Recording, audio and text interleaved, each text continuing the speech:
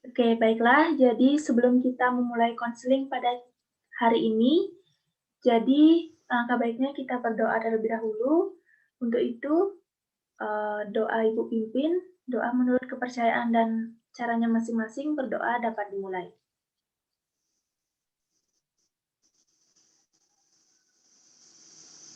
Berdoa dapat diakhiri. Jadi, hari ini kita akan melaksanakan konseling individu. Nah, jadi sebelum kita mulai, untuk kita semakin akrab lagi, jadi kita perkenalan terlebih dahulu. Jadi perkenalkan, nama Ibu Niwayan Suwari, adik bisa memanggil Ibu dengan Ibu Suwari. Nah, untuk nama adik siapa? Nama saya Lohgede Silva Fitram, bisa dipanggil Dektam. Baiklah. Jadi apa kabar hari ini, Dek? Baik, Kakak? Ya, baik juga, terima kasih. Udah sarapan? Ya. Oke, baiklah. Jadi bisa kita lanjut? Nah, sebelumnya Ibu ingin bertanya, apakah adik sudah pernah mengikuti proses konseling sebelumnya? Sudah. Nah, jadi kita akan melaksanakan konseling individu. Ibu akan menjelaskan sedikit apa itu konseling.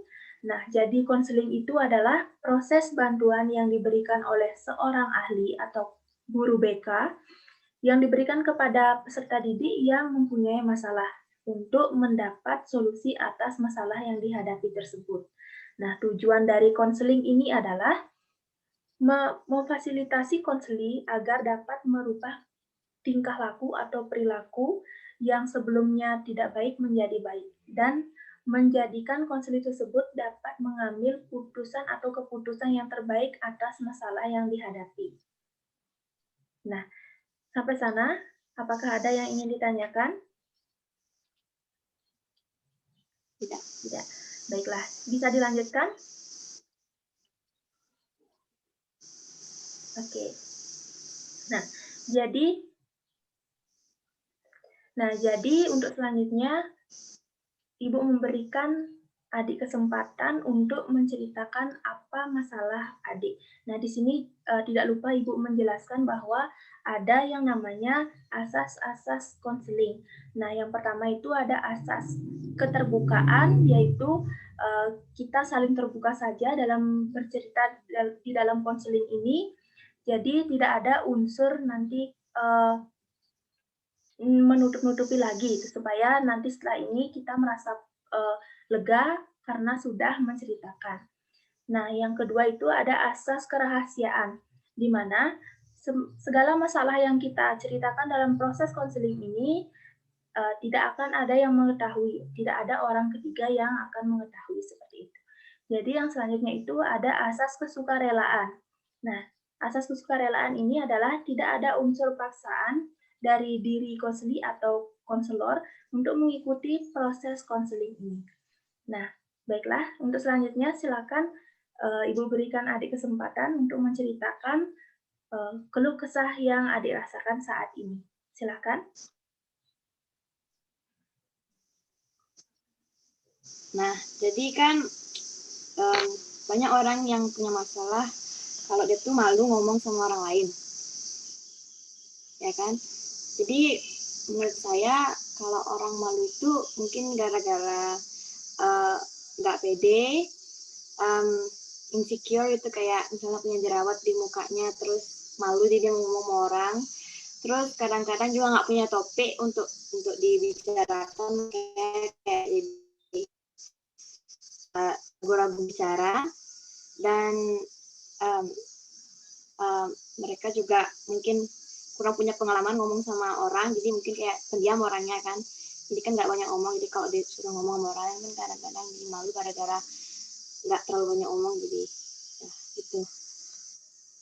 Oke, jadi masalah yang adik hadapi adalah merasa malu dalam bergaul di lingkungan di luar di lingkungan keluarga seperti itu ya, seperti di masyarakat, mungkin seperti itu. Oke. Ya. Nah, selama adik merasakan hal seperti itu, apa yang adik rasakan seperti itu? Maksudnya hal-hal apa saja yang adik rasakan ketika adik berhadapan langsung dengan masyarakat luas seperti itu, atau orang-orang yang lebih banyak dari di lingkungan misalnya keluarga yang lebih kecil seperti itu. Apa yang adik rasakan?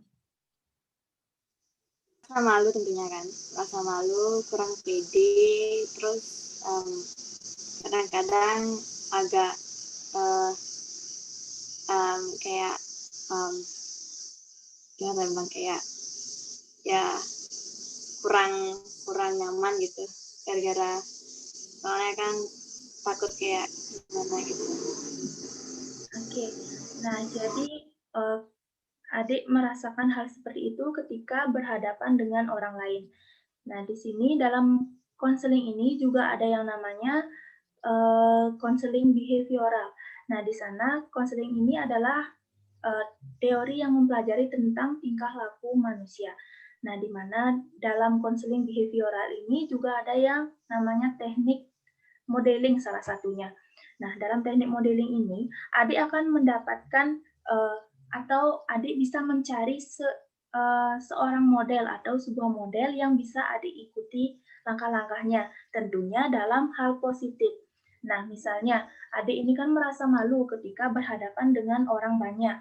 Nah, adik bisa melihat salah satu model siapa gitu, misalnya guru. Guru kan tentu selalu akan berhadapan dengan banyak siswa. Nah, guru itu tidak merasa malu, tapi kita bisa saling berinteraksi dengan orang banyak tanpa adanya rasa ragu seperti itu. Nah, itu salah satunya.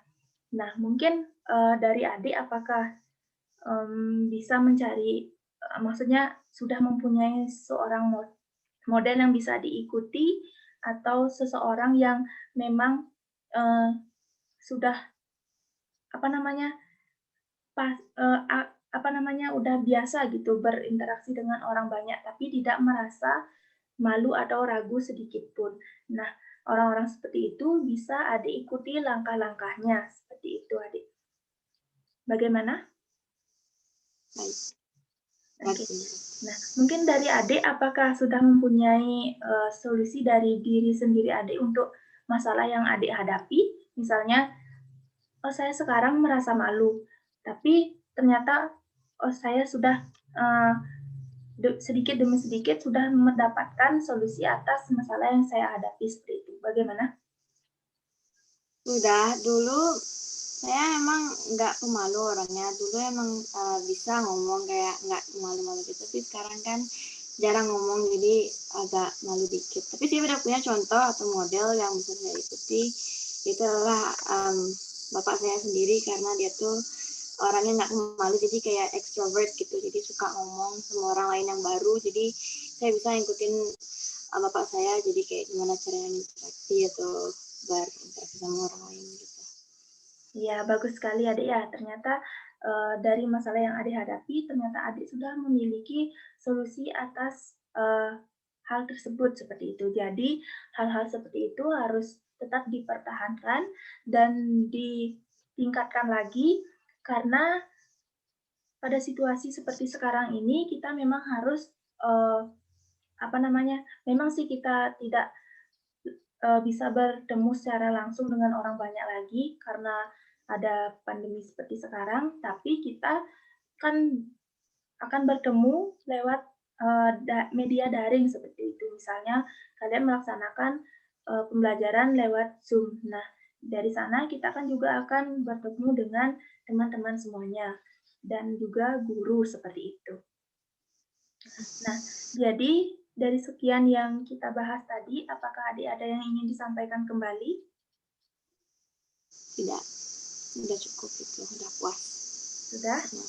Oke. Nah, untuk selanjutnya, Ibu ingin mengetahui apa yang adik dapatkan dari proses konseling ini. Hal apa yang sudah adik dapatkan seperti itu dari permasalahan yang adik alami sekarang.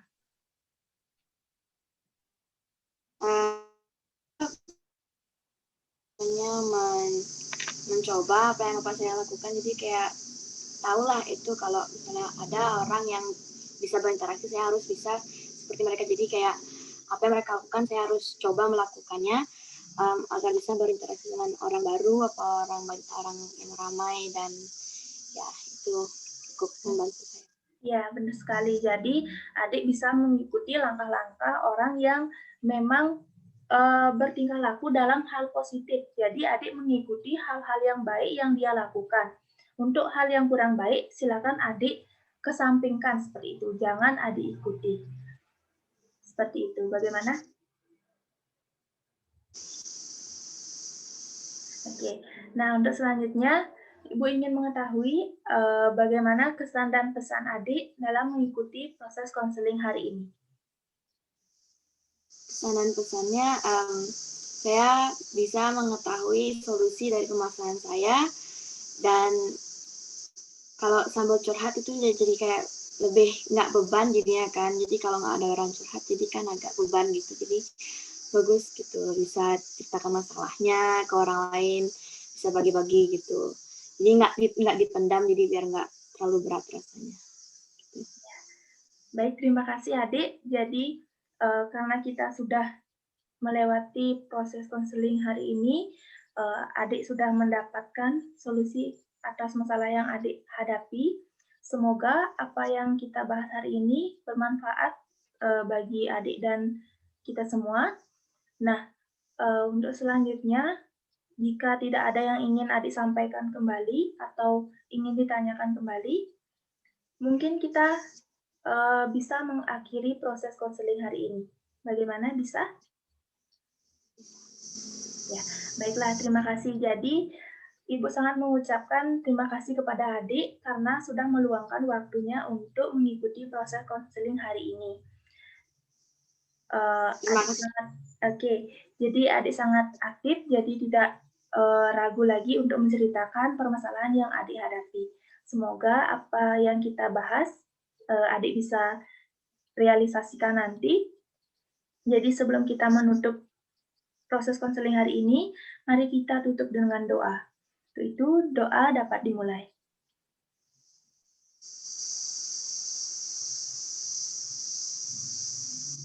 Doa dapat diakhiri. Oke. Baik, terima kasih adik. Ya, terima kasih kakak udah kasih